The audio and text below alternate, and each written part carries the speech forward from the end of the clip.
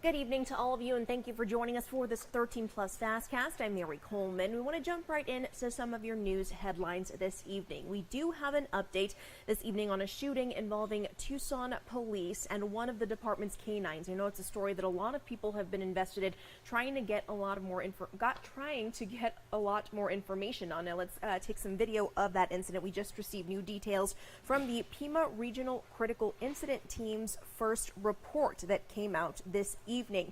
They say 37-year-old Jonathan Dratlow told Pima County Sheriff's Department personnel he was armed with a gun at Reed Park earlier this month. They say mental health professionals were speaking with him on the phone, trying to de-escalate when TPD officers arrived. And the hostage negotiations unit, K-9 unit, and the SWAT team were called to help. Officials say hostage negotiators took over communication efforts and were able to speak with Dratlow for close to 2 hours. They say he began to walk away to constrain his movements, and a TPD K-9 was deployed.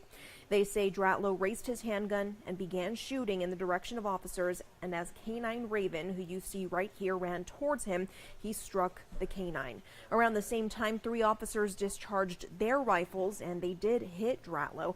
He is still hospitalized and is currently stable. As we have told you, Raven has been released and is recovering at home. Once Dratlow is medically released from the hospital, he will be charged with multiple felonies. Well, Arizona law enforcement says enough is enough when it comes to crime that we are seeing in border communities. Now, the plague of high-speed human smugglers on Cochise County roads now has the attention and action of law enforcement all across our state. 13 News reporter J.D. Wallace has more on how deputies from elsewhere will be seen all around southeastern Arizona. I made the comment back then that enough was enough. Those are cheap words. They're cheap, unless I can put some action behind them. The pursuits as a result of human smuggling from the border out of Cochise County has Sheriff Mark Daniels taking action. He says one of his deputies remains hospitalized and learning to walk again after such a situation a few weeks ago. Now sheriffs from across the state, as far north as Coconino and Yavapai counties, are getting involved. We have to get a grip on it and get this stopped. You think by doing it here you can impact the rest of the state? I think we can impact the rest of the state and if not the entire country. Yavapai County Sheriff Sergeant Cody Cruz will spend a week here as part of Operation Safe Streets 2, funded by more than $12 million from the state. It will expand the 5-deputy force usually focused on human smuggling pursuits to 20 or 30 officers. Graham County Sheriff P.J. Allred said he can't spare deputies, but he can help with jail space. Smaller counties, a lot of us don't have deputies we can necessarily send. We're taking care of our own little counties, and we don't have a lot of gravy on top of some of that. But we can assist and help in our detention. When we do this detail, let alone protecting our own, people, citizens, American citizens, and those legally in the country, we're also protecting migrants that are being placed in trunks, being placed in cars and going 120 miles an hour with a juvenile driving, for example. Sheriff Daniels says the operation will last until it makes a difference, and he has the support of at least 11 other agencies, including Sergeant Cruz. I got kids and stuff like that. It's harder, but I'm here. We're willing to work to try to make a difference, and it's just some of the sacrifices we have to make. You think about them when you're out here and what you're doing for them? Absolutely, absolutely.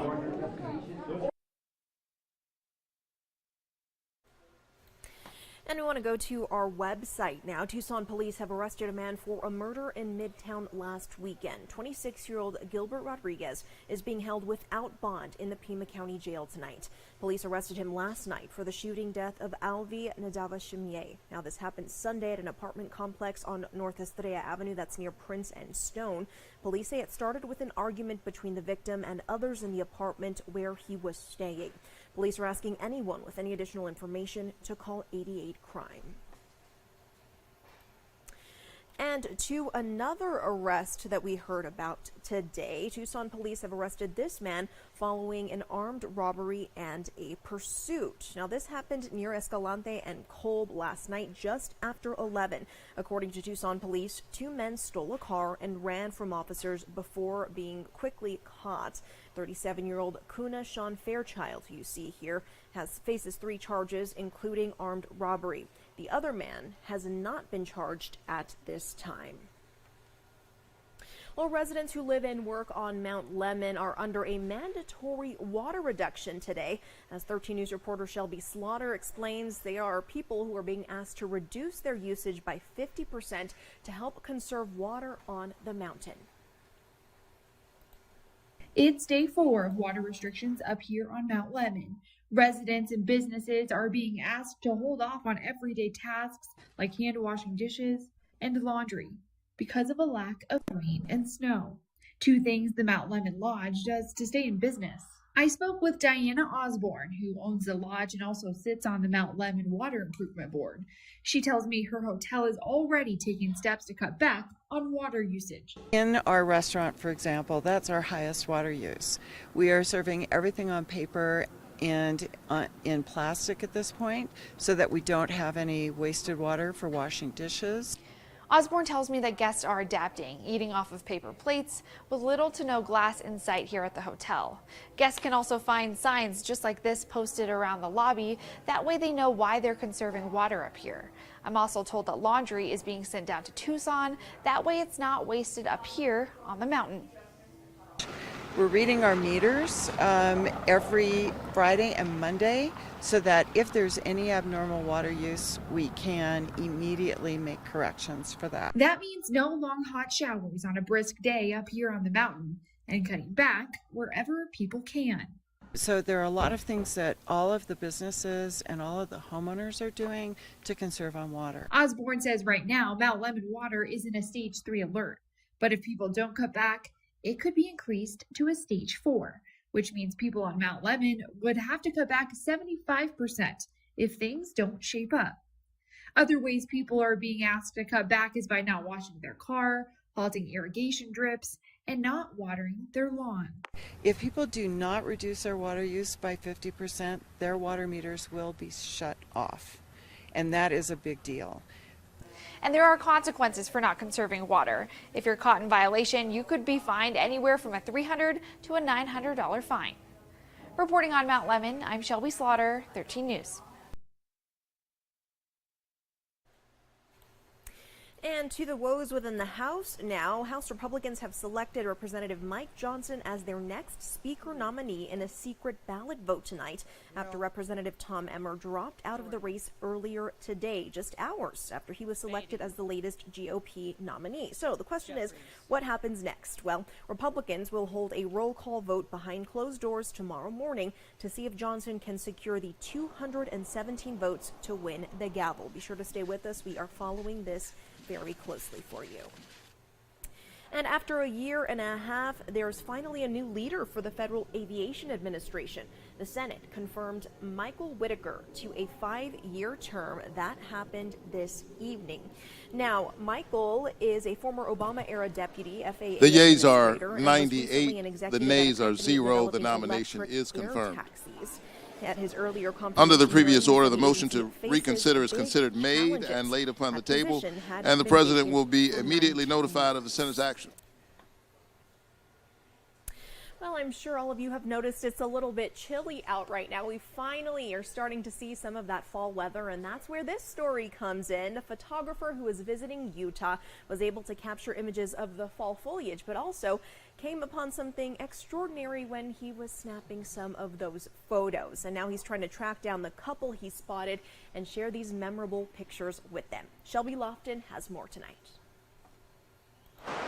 The display this year was pretty amazing, mind-blowing. We all know Utah is a photographer's paradise. And I always wanted to go to Salt Lake City mountains during the fall. Srinivasan Manivanan knew he wanted to capture the mountain's bright array of red, orange, and yellow patches. The California-based photographer doesn't see these colors back home. He used a drone like this one to roll on the remarkable landscape. I went there around 9 o'clock or 10 o'clock when the light was shining on those rocks. With the morning light on his side, the photographer choreographed footage of the sweeping views. First focusing on those fall colors and then kind of pulling it back all the way to show the whole panoramic view of that. mountains and canyons. His dramatic reveal was meant to be sun-speckled peaks colored by fall leaves. Back at his hotel, Monty Vanen saw more than he expected. Two people standing, and then the guy was going down on his knee to propose. At that exact moment, in a quiet Big Cottonwood Canyon, he captured the start of their next chapter. A moment which the couple probably cherish. Part of Monty Vanen wishes he had a redo. I would have stopped the shot, probably framed it better. Composition aside, he's hoping to find the mystery couple. That will be awesome to, connect with them and see. I would love to share this nice moment with them. He insists he didn't coordinate this drone video, but says the timing is perfect on the couple's part, with a still photographer tagging along. It might have been planned, or it might have been something like, hey, I just want to take you to this nice view with the fall colors, and then this guy probably would have followed them. Regardless, this video will be one of his favorites, professionally and personally. Considering a lot of things are happening now, which are super negative and stuff like that. So this kind of it's a lighthearted moment. Shelby Lofton, KSL 5 News.